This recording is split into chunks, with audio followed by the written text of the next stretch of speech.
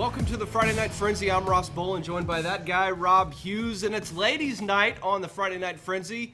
We start tonight's show with sectional semifinal action from Logansport. That's right. For the third season in a row, the Harrison Raiders played their first sectional game against Whitney Jennings and the Logansport Berries. The Berries senior guard looking to make it a third straight win over the Raiders. Maggie Shandrick assigned the task of trying to slow Jennings down. Logansport coming out in the zone.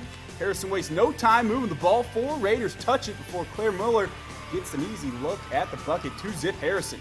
Logansport coming right back. Jennings draws two defenders, kicks it back to Nakia Penny. She gets the home court roll on the floor. The game's tied. Harrison senior Claire Muller came to play in this one. Aggressive from the start. Gets the soft bounce on the Berries' home court there. No shortage of offense early. When you're playing Jennings, though, you have to hope she has an off night. Tonight take it easy was on my not Raiders. that night. The pull-up jumper rips the cords.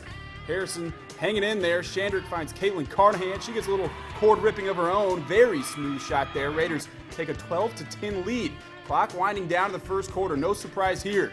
Jennings with the ball in her hands, clears out the left side, drives baseline for the lay-in, and a 12-12 tie after one. This game was won in the second quarter, though. The Berries going on a run thanks to freshman Maddie Dalton. 3 3-pointers in the second quarter, all from the same spot on the right wing. Jennings gets the assist, 1 of 7 on the night, in addition to her 37 points. The Raiders fall to the Berries for a third straight season, 63-45 the final. Looks like Whitney didn't take it easy on my Raiders. Not Coach one bit. Baxter, intense, urging his team not to be intimidated. The score 5-1 after one. Second quarter, more scoring. BC running the pick and roll to perfection. Aaron Gick avoids the contact and gets it to go. Less than 3 minutes to go in the second quarter. That was a big basket for RDP. Their first field goal of the game. 16-12 at the half. Second half, here come the Red Devils. Jessica Martin gets the strip and the lay-in. RDP hanging around. At the other end, the Bison move the ball around, and Katie Shields is there for the putback. Shields finished with 13 points and 6 rebounds. Fourth quarter, West Lafayette down 2, and we are tied as Kaya Harris gets the rebound and puts it back up and in. But that's when this game got away from the Red Devils, and it started with this rip and lay-in by the senior Tessa Briette, also known as the Mask. She finished with 4 points, 8 rebounds, 1 assist, and 2 steals. Next possession, check out the pass from Ebony Payne to Gick. The junior gets the turnaround to go off the window, and this series of plays put the game away. Payne with the swat, Bison on the run. Katie Shields comes out of nowhere on the Payne miss, gets the follow to go. Benton Central would go on to win 44-37. We will have more on this game coming up later in the show. From Coach and the Mask, Faith Christian and Frontier have combined for a total 6 wins this season. The records meant nothing tonight. Let's pick up the action in the first quarter. Faith Christian Sydney Laughlin crosses over, settles for the short bank shot jumper. The Eagles held Frontier scoreless for the first 5 minutes of the game. Frontier's Katie Neary drives into the heart of the Eagles' D, hits the bucket to get the Falcons on the board. Moments later, Faith Christian's Sierra Wilson picks off the pass. She's going coast to coast, gets the bucket, plus the foul squeezes between the defenders there. Frontier's Katie Neary took matters into her own hands for the Falcons. The senior gets it, goes inside, high off glass for the score, and then she decides to do it from long distance. The senior lets it fly. Frontier wins 50-42, maybe with all her buckets tonight. In the early game, Clinton Prairie taking on Tri-Central. The Gophers trying to dig themselves out of a hole in the second half. They work it over to Mallory Humrickhouse, who helps the cause by knocking down the long two-pointer. Moments later, Abby Clark works it inside to Madison Douglas, and the sophomore puts the biscuit in the basket off the window. See what I did there? Yep. Clinton Prairie's Madison Robinson fakes left, drives right. She gets the runner to fall in, and the Gophers take the lead. However, Tri-Central would turn the tide in the fourth quarter. Taylor Davis drives and feeds it inside to Haley Ferris for the bucket off glass to tie the game at 34. Later in the fourth, Shelby Ramsey knocks down the wide open three-pointer from the corner. That seals it. Tri-Central wins as they beat Clinton Prairie 44-39. We are just getting warmed up, stretched out, loosened up. Coming up after the break, we'll make stops at West Central and Rossville. Can't go a single block without biscuit in the basket. Plus, Winnemac, where the Delphi Oracles were in action against the Warriors. The Frenzy will be right back. The Friday Night Frenzy is brought to you by Franciscan St. Elizabeth Health, DeFau Chevrolet BMW, Mattress. Welcome back to the Friday Night Frenzy. We begin the second half of our show with the matchup between the Delphi Oracles and the Winamac Warriors. Good news for Delphi. Sectional play was already off to a good start considering the Oracles wouldn't have to play the Seeger Patriots, a team that has ended the Oracle season the last 3 years. The bad news, they face 12-6 Winamac on its home floor tonight. Winamac gets on the board. Well, how about a little high five in action for Delphi first? Winamac gets on the board first when Michaela Ingram finds a wide open Allison Larkin for the three. The home crowd loving the score. On the fast break, Delphi sophomore Danielle Swayze hits Morgan Crowell in the corner for the long jumper in the corner. Swayze, did you hear that? I love it. The Oracles still hanging around. Later, Warriors passing it up to Taylor Brandt, who takes it to the corner, but no one is open, so why not take the free ball? Splash, and she is loving that, as do her teammates. Next possession, this time Swayze hits Bailey Gasser for the hoop, and the harm, she would make it to go on to make the free throw to make it a 1-point game in the second quarter. So we have a close one. Later in the second, Riley Lane hits Gasser, this time for three, and she drains it. Strong night for Gasser, but it would not be enough in this one as Winamac wins at home 56-37. You refuse to say butter the biscuit, don't you? I don't. In the other game, not my thing. North Judson Blue Jays took on the North Newton Spartans. Early in, there's a lot of rebounding going on down there. Darian Stahlberm cleans it up to put the Blue Jays ahead by 6. Later in the second, North Judson's Danielle Salih loses her footing, and North Newton's Gabby Jackson says thank you and takes it in for 2, but the Blue Jays were up big already. But Danielle Salih redeems herself by intercepting the pass and takes it coast to coast for the lay-in off the window.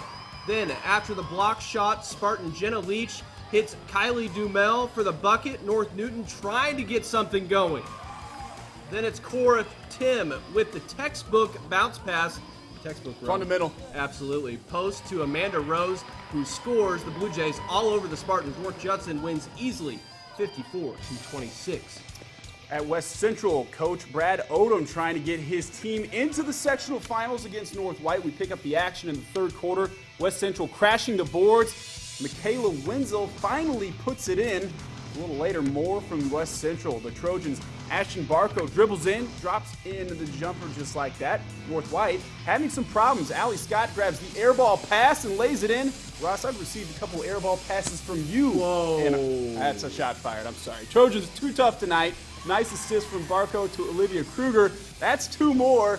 Looking to seal the deal. Hannah Zarnecki grabs the offensive board and puts it back in. West Central rolls to the championship game 44-20. Those are also called alley-oops, Rob. That's Game right. 2 at West Central, Tri-County taking on Caston. First quarter, Caston's Attorney Rensler passes down low to Sadie Lehman for the lay-in. Later, it's Caston's Marley Liesenby Oh, with the we're sorry, nice Marley. slip pass to Jace Denton. She nails the 3. Tri-County trying to get their first bucket. Christy LeBou drives and lays it in. Here it's Liesenby with the steal, and she takes it coast to coast for the lay-in. I'm sorry if I'm botching that. Spectacular We're sorry, moves Marley. by the senior. Then it's Denton again from the same spot, nailing the 3 to beat the first quarter buzzer. Caston wins 33-31. They go on to meet West Central tomorrow night. Winners of 8 out of their last 10 games, the Seeger Patriots came into play tonight in search of victory number 19 on the season. It was a rematch of a game played early December when the Patriots knocked off the Southmont Mounties by a score of 51-46. For more on that matchup, we welcome in Sports 18's Ruben Juarez. Ruben? Guys, those 8 victories by Seeger all coming by double digits, while Southmont needed an overtime session against Riverton Park just to reach tonight's game. Picked this one up in the third quarter. Southmont up 13-10. Mounties kick it out to Callie Wetley, and that's wet from long range. She buries that one. But Seeger responds. Kylie Swisher drives inside, floats it up over 2 defenders, and gets that one to fall. Then off the deflection, Seeger's Hannah Gustis gonna scoop it up like an ice cream, lay it in for 2 more. Go to the fourth quarter. Seeger up 2 with 3 minutes to go. The Mounties find Jessica Shelton in the corner for 3. That puts them up 1. Seeger free throws tied at 31. Less than 2 minutes to go. Southmont at the line. No good. Wetley gets the rebound and the putback for the lead. Last chance for Seeger. 3 seconds to go. Southmont. Seeger tries to pass it off the back of the defender. No, it's no good. Southmont holds on 34-33. In the later games, Fountain Central and South Vermilion squaring off for the second time this season. The Mustangs won the first matchup by 25. Fountain pushing it up on the fast break. Morgan Grubb dribbles inside and pulls up. That one rolls around and falls in. Mustangs then go inside to Maggie Fischerow. She turns around and knocks it down off the window. Fountain Central now on the fast break. This time it's Macy Williams. Misses on the first try. Grabs the rebound. Kisses it off the glass for the second one. Plus the bucket and the foul. Mustangs started the game on an 8-0 run. South Vermilion finds Tori Vitaniemi from 3. That one gets them on the board. Fountain Central with some nice ball movement. Williams finishes inside with the easy layup. Mustangs win 43-41. Fellas, back over to you.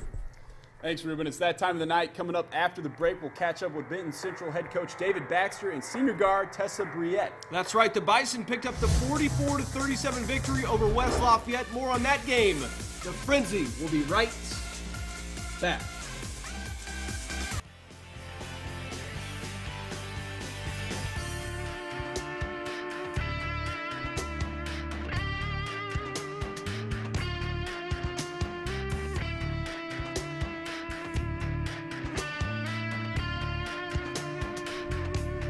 Welcome back to the Friday Night Frenzy. Benton Central head coach David Baxter and senior guard The Mask Tessa Briette join us in studio. And it's here, folks, just in case you were wondering.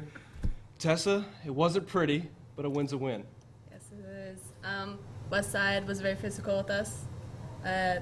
We both played very good defense, but in the end, I mean, You did what you had to do to get the Yeah, victory and move on, and exactly. that's all that matters, especially when you're a senior.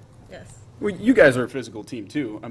West Side played physical, but that's something that you guys are accustomed to as well, right? Absolutely. Our girls take pride in playing physical defense.